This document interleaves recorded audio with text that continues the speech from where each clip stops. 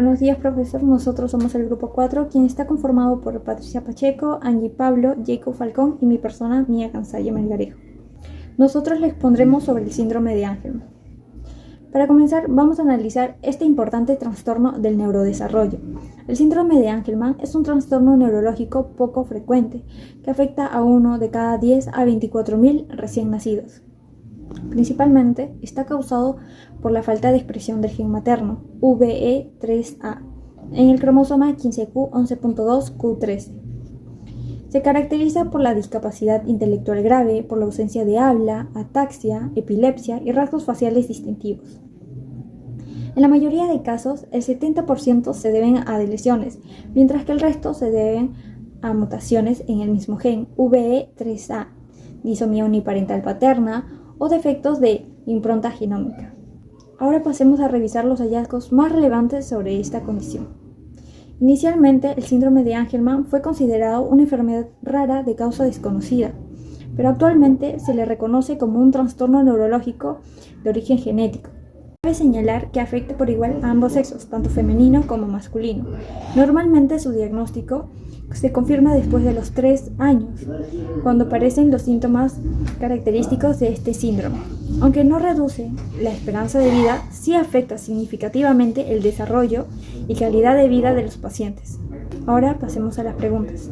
¿Por qué el síndrome de Angelman se considera un trastorno genético y cómo afecta la expresión del gen VE3A? Bueno, el síndrome de Angelman es un trastorno genético porque se origina por la falta de expresión de la copia materna del gen VE3A, ubicado en la región 15q11.2q3, en el cromosoma 15. En individuos sanos, este gen juega un papel esencial en el desarrollo neuronal, pero en pacientes con el síndrome de Angelman, su ausencia afecta la función del sistema nervioso, provocando discapacidad intelectual grave, ausencia de habla, ataxia, epilepsia y rasgos faciales distintivos. La causa principal del síndrome suele ser una lesión del segmento cromosómico, donde se encuentra el mismo gen VE3A, aunque también puede deberse a mutaciones, defectos de impronta o disomía uniparental paterna.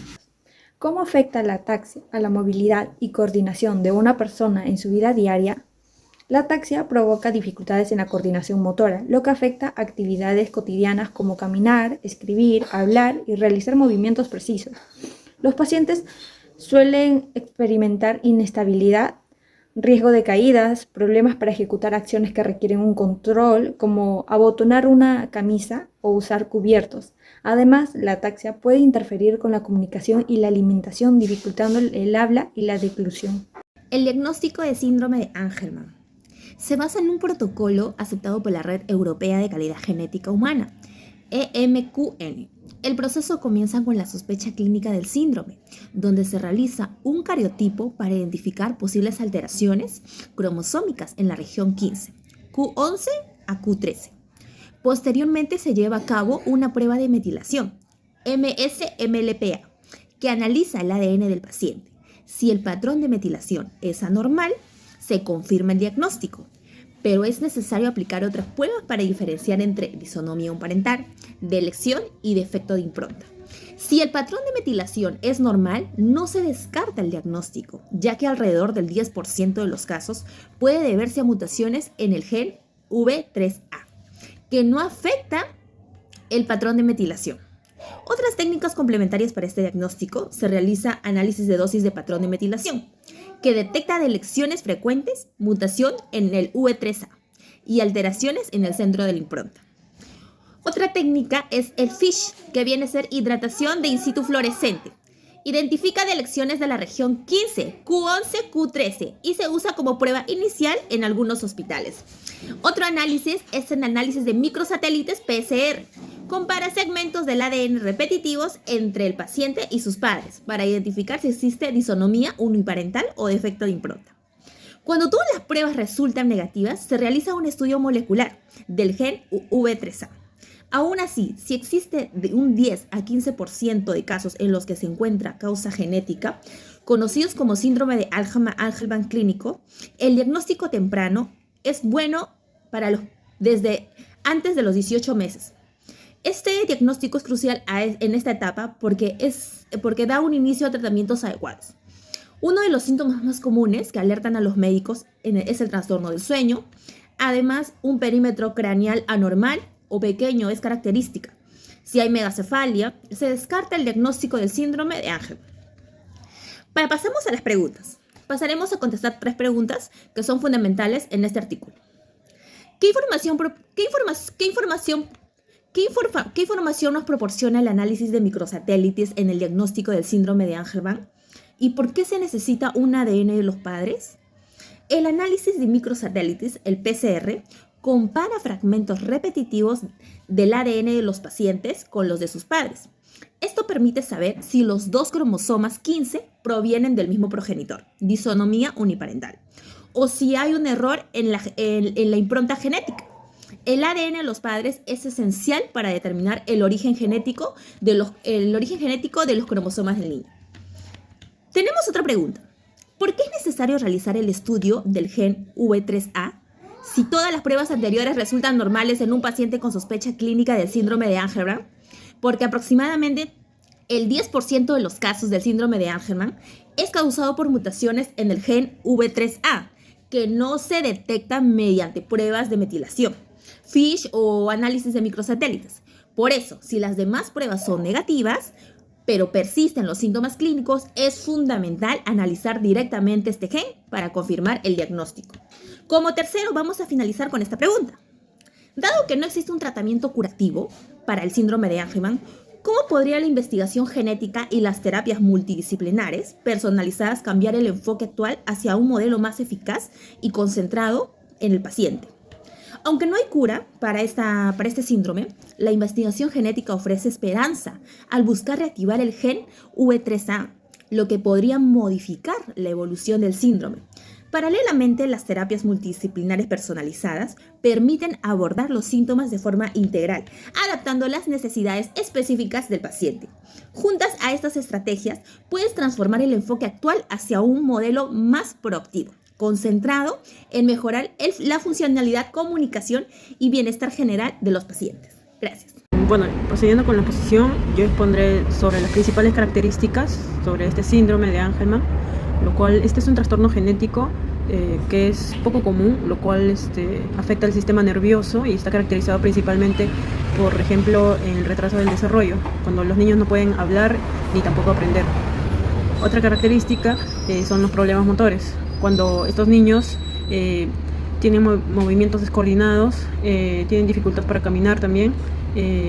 Algunos niños presentan también temblores o ataxia. Otra característica son las conductuales. Estas son personas alegres, con una sonrisa frecuente. También algunos son hiperactivos, lo cual le dificulta problema de sueño. Otra característica es la alteración en el habla.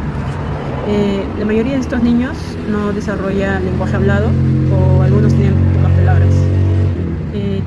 Otra característica también tenemos el diagnóstico. Este se basa en la evaluación clínica y confirmación genética. Y por último aquí está el tratamiento, lo cual no existe cura para este síndrome, pero se pueden manejar los síntomas con terapias físicas, terapias del habla y control de convulsiones. Y algunas preguntas que he hecho. La primera pregunta es: ¿qué problemas alimenticios son comunes en estos niños? Muchos de estos niños presentan dificultad para succionar debido a problemas en la coordinación motora, lo que puede causar reflujo gastroesofágico e intolerancia a ciertos alimentos, afectando así su nutrición. La segunda pregunta es: ¿por qué la comunicación receptiva suele ser mejor que la expresiva en estos pacientes? Esto es porque entienden más de lo que pueden decir. Su cerebro tiene alteraciones que afectan el lenguaje hablado, pero conservan esta capacidad para entender órdenes o también gestos. Ya, continuamos con el tema que es el síndrome de Angelman. Sobre el tratamiento. Actualmente no hay un tratamiento que cure el síndrome de Angelman, pero sin embargo existen posibilidades para poder intervenir y tratar al paciente para su mejora de vida, favoreciendo un desarrollo, ¿no? Los tratamientos que tenemos son un tratamiento médico, el control de las convulsiones. Los medicamentos anticonvulsivos pueden ayudar a controlar las convulsiones que son comunes en el síndrome de Angelman. Bueno, también tenemos un tratamiento de la ansiedad y el estrés, los medicamentos ansiolíticos y también los tratamientos de terapia conducta pueden ayudar a reducir la ansiedad y el estrés a los pacientes del síndrome de Angelman. También tenemos el tratamiento de hipotonía, la fisioterapia y la terapia ocupacional pueden ayudar a mejorar la fuerza muscular y coordinación, ¿no? Bueno, porque los que tienen el síndrome de Angelman sabemos que bien sufren desde pequeños, o sea, no pueden hablar más rápido y tampoco pueden caminar, o sea, a una edad promedio que es de un niño normal, ¿no? Bueno, también tenemos, o sea, las terapias, la terapia del habla, que hay donde en la terapia de habla pueden ayudar a mejorar la comunicación y el lenguaje. Y también tenemos una de las opciones que es el terapia ocupacional. En la terapia ocupacional pueden ayudar a mejorar la coordinación, la fineza motora y la capacidad de realizar actividades diarias, ¿no? De un paciente que esté con síndrome de Angelman. Bueno, también tenemos la terapia de fisioterapia, donde la fisioterapia puede ayudar a mejorar la fuerza muscular, aparte de ello, la flexibilidad y la movilidad. Bueno, también tenemos la terapia conductual, donde el paciente le puede ayudar a reducir los comportamientos problemáticos o mejorar la adaptación social. Bueno, aparte de ello, tenemos también en estos tratamientos donde puede haber un apoyo y educación, donde puede haber una educación especial. Los programas de educación especial pueden ayudar a los niños con síndrome de Angelman a desarrollar habilidades y alcanzar su máximo potencial, o sea, a pesar que tenga los cromosomas alterados, pero pueden tener un potencial más allá, ¿no?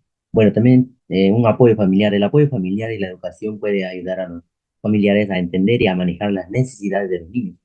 Bueno, también tiene otra parte de ello, un grupo de apoyo, donde los grupos de apoyo pueden promocionar una red de apoyo y conexiones para las familias afectadas por el síndrome de Angelman. Pasamos al siguiente, que son las conclusiones. El síndrome de Angelman, aunque poco común, es un trastorno grave y crónico. Se representa una carga significativa para familias, el individuo y la sociedad, ¿no? Actualmente no existe tratamiento, como ya bien mencionado, estandarizados ni terapias aprobadas, lo que deja múltiples necesidades clínicas sin atender especialmente a las áreas motoras, de comunicación, sueño y comportamiento. Bueno, pasamos a parte que son preguntas. Bueno, tengo tres preguntas, ¿no? Que una pregunta es donde menciona, dice, ¿existe alguna cura para el síndrome de Angelman? Bueno, como ya ha mencionado, Nicho, no existe actualmente una cura en sí, pero sin embargo, sí se puede aplicar tratamientos y terapias que mejoran la calidad de vida del paciente, lo más importante, en comenzar la intervención lo antes posible y contar con un equipo multidisciplinar, multidisciplinario que atienda las diferentes necesidades del niño o del paciente que tenga el síndrome de Angelman. Bueno, la siguiente pregunta es, ¿qué tipo de apoyo necesitan las personas con el síndrome de Angelman en su vida diaria? Bueno, las personas con síndrome de Angelman requieren ayuda constante en casi todas las actividades cotidianas, como alimentación, ir al baño o vestirse. Esto se debe a que, aunque puedan avanzar con terapias, generalmente no desarrolla habilidades funcionales más allá de la que tiene un niño pequeño, porque eso, el apoyo familiar y la profesión es esencial a lo largo de toda su vida, ¿no? Bueno, la tercera pregunta es, ¿qué terapias han demostrado ser útiles para tratar el síndrome de Angelman? Bueno, hay varias terapias que pueden ayudar, la fisioterapia para la motricidad del uso de tarjetas o lenguaje de señas para comunicarse, tratamientos farmacológicos para controlar convulsiones, insomnios o problemas de conducta, y terapias alternativas como la musicoterapia o eh, la interacción como el delfines, aunque no elimine el síndrome, sí logran mejorar el bienestar y el desarrollo del paciente. Y como bien ya sabemos que, o sea, los niños del síndrome de Angelman, o sea, tienen la dificultad de caminar, de hablar, o sea, de poder articular la palabra, ¿no? O sea, a lo largo del plazo, con tanto tratamiento, pueden lograr articular esas palabras. Bueno, eso sería todo por mi parte. Gracias.